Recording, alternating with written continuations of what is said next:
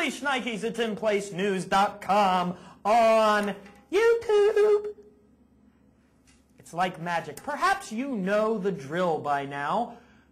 The top headlines in a very short amount of time. So let's get started.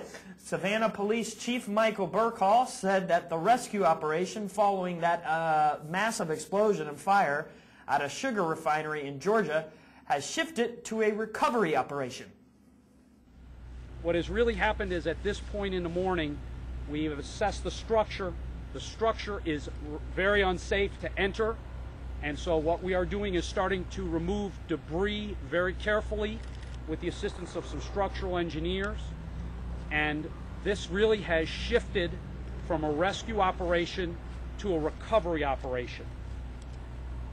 We have briefed the families before we speaking to you, and we're working very closely with the company, the plant operators, and they are establishing support centers at the various hospitals as well as here to liaison with the families. We switched from a regular water attack to a foam attack because of the devastation of the structure.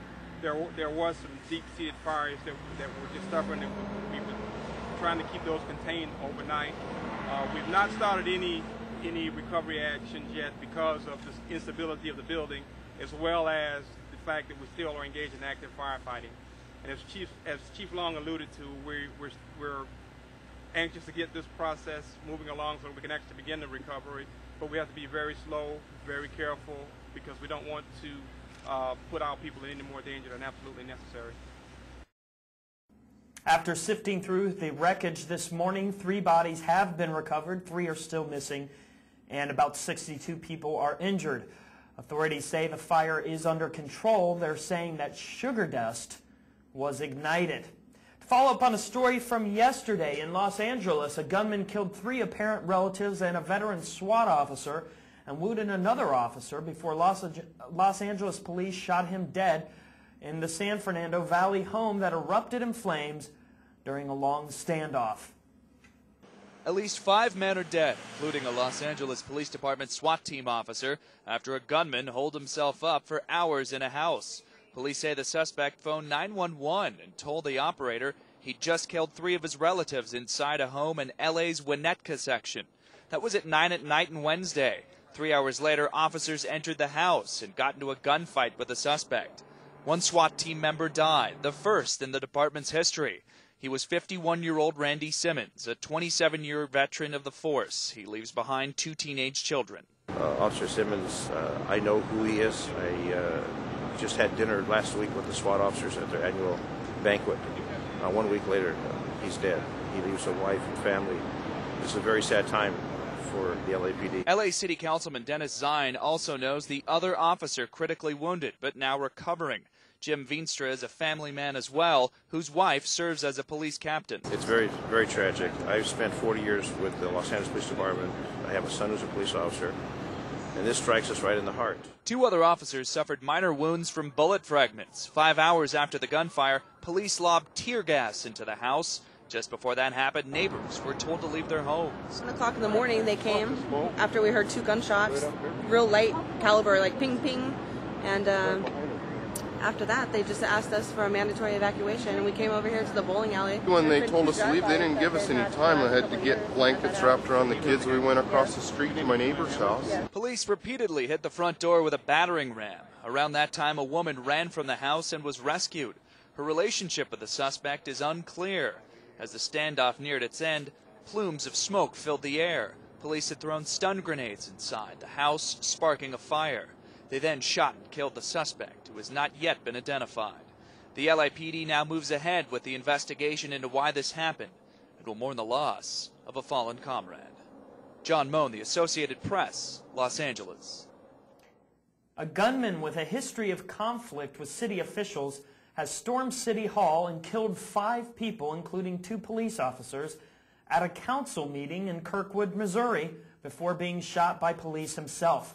The city's mayor was critically wounded as well. Sirens wail outside Kirkwood City Hall in Missouri.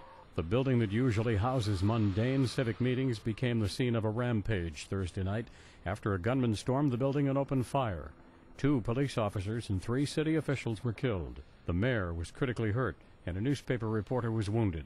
Yeah, it's really shocking. When I heard about it, I was just like, oh my God. The shooter was eventually shot and killed by police. It's reported he was Charles Cookie Thornton, who had a reputation for disrupting city meetings and for making outrageous statements. I've heard that this guy has come to the council meetings before and complained about tickets and fines that he's gotten from the city, and he's kind of made threats before. I thought the police were racist in the town. You always heard him saying that he thought the police were running a plantation. Police say the gunman shot one officer outside the building, then went inside and immediately shot another in the head. He then continued firing, taking aim at city council members. At one point, the city attorney tried to fight off the attacker by throwing chairs. Everyone knows he's kind of crazy, and I mean, I don't think anyone ever thought it would get to this point. Hours after the shootings, officers from neighboring cities and communities were still arriving to pay respects to the fallen officers. Anytime an officer goes down, you're going to see officers show up from everywhere, regardless of boundaries or department guidelines. They're going to be here, and that's what you're seeing tonight. The city of Kirkwood recently made national news after a pizza worker named Michael Devlin was arrested in the kidnapping of Sean Hornbeck and Ben Ownby. This isn't the town that Kirkwood really is. A family-oriented, very quiet town. And so something like this, I mean, just is really going to throw this town into chaos. Brian Thomas, The Associated Press. Now for sports news. Pitcher Roger Clemens and his former trainer Brian McNamee are telling their different stories on Capitol Hill. What does this mean? Well, it means one of them is lying, while both are simultaneously boring all of us with their BS. McNamee's lawyers have released images of needles Clemens allegedly used to inject steroids into his system. Here's more. As Roger Clemens spent Thursday on Capitol Hill testifying before a congressional committee about allegations of his use of performance-enhancing drugs. It's a great day. Got a lot of walking in. Attorneys for Clemens' former trainer, Brian McNamee, unveiled what they say is proof that the star pitcher was injected with steroids. It is evidence in the case, and it is based on the testimony that Brian has given consistently to the federal government. The bottom picture depicts a hypodermic needle, a needle used to inject Roger Clemens with steroids, and other paraphernalia that was involved in an injection in late 2001.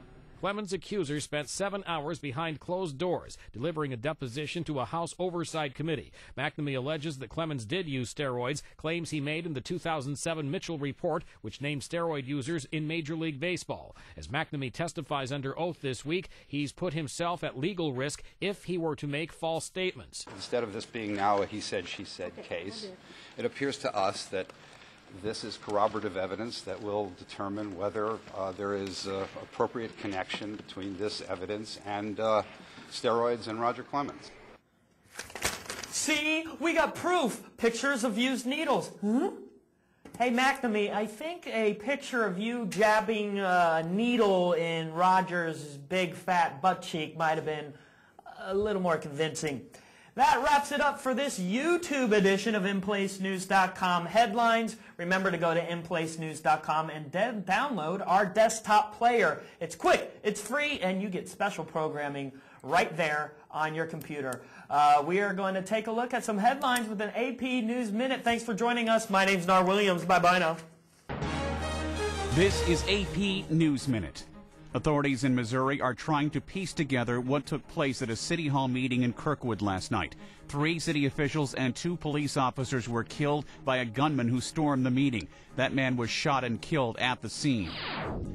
Crews in Georgia are searching for a number of people missing after an explosion at a sugar refinery. Dozens of people were injured in the blast. It's not clear what triggered it all. A knife-wielding woman tried to hijack this plane and stab both pilots before being subdued. Authorities say she also threatened to blow it up. No one was killed in the incident, and the pilots were able to make an emergency landing. President Bush got a first-hand look at this tornado damage today. He's touring the region where at least 59 people were killed by the severe weather earlier in the week. Government officials are calling in workers from other areas to help with the cleanup. Ed Donahue, The Associated Press, with AP News Minute.